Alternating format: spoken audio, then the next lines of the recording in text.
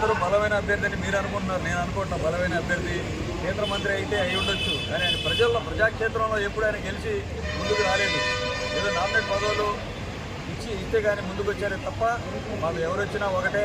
మాకు జగనన్న ఆశీస్సులు ఉన్నాయి, అలాగే ఈ రాష్ట్ర ప్రజల ఆశీస్సులు ఉన్నాయి, ఈ నియోజకవర్గ ప్రజల ఆశీస్సులు ఉన్నాయి.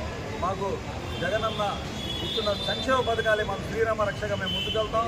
తప్పకుండా ఎవరిని పోటీలో పెట్టినా సరే మేము ముందడుగే వేసుకుంటూ ముందుకెళ్తాం తప్ప వెనక తిరిగి చూసే ప్రసక్తే లేదు.